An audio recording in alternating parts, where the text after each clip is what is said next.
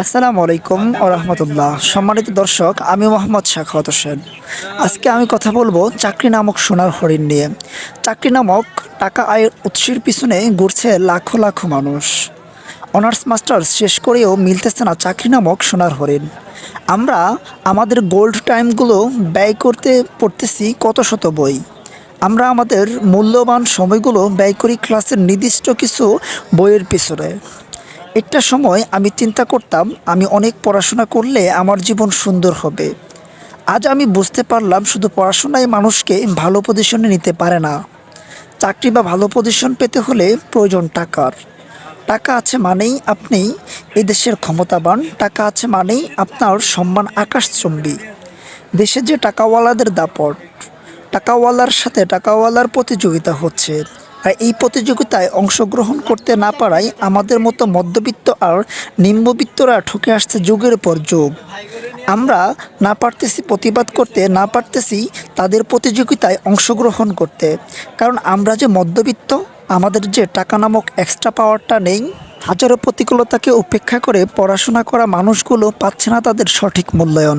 চাকরি বা ভালো পজিশন নামক সোনার হরিণ বিক্রি হচ্ছে টাকা নামক এক্সট্রা পাওয়ারের কাছে, যেটা থাকে না আমাদের মতো মধ্যবিত্তের। যে মানুষটা দীর্ঘ 17 বছর শত শত বইয়ের পিছনে ছুটেছে, সেই মানুষটার যখন পরিবারের হাল ধরার সময় হয়, তখন চাকরি পেতে হলে প্রয়োজন হয় টাকার অথবা মামা খালু নামক উপাদানগুলোর। আর এই উপাদানগুলো মধ্যবিত্তদের থাকে না। তখনই আমাদের মতো হাজারো মধ্যবিত্ত তাদের নিজেদেরকে মনে করে মূল্যহীন, অসহায়।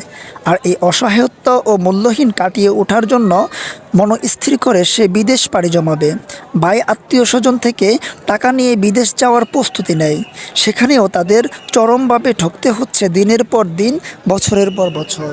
বিদেশ থেকে বাড়িতে ফিরে আসার পর নিজের বলতে পরনের প্যান্ট আর গায়ের শার্টটা ছাড়া থাকে না আর কিছুই। বাড়িতে আসার পর শুনতে হয় স্ত্রী ঠকিয়েছে, ভাই বোন ঠকিয়েছে, এমনকি মাঝে মাঝে দেখা যায় মা বাবাও ঠকিয়েছে চরমভাবে।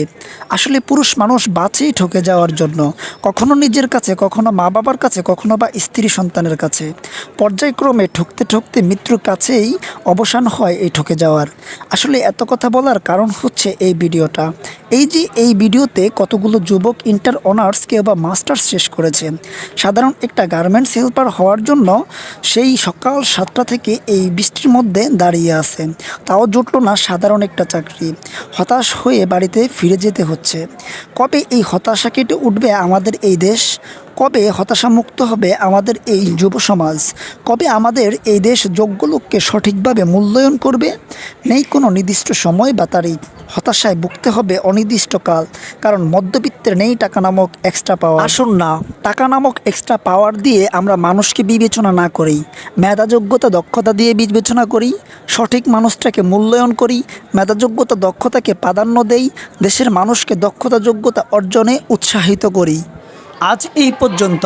আবার দেখা হবে কোনো না কোনো এক ভিডিওতে, কোনো না কোনো এক সমস্যা নিয়ে, ইনশাআল্লাহ। খোদা হাফেজ।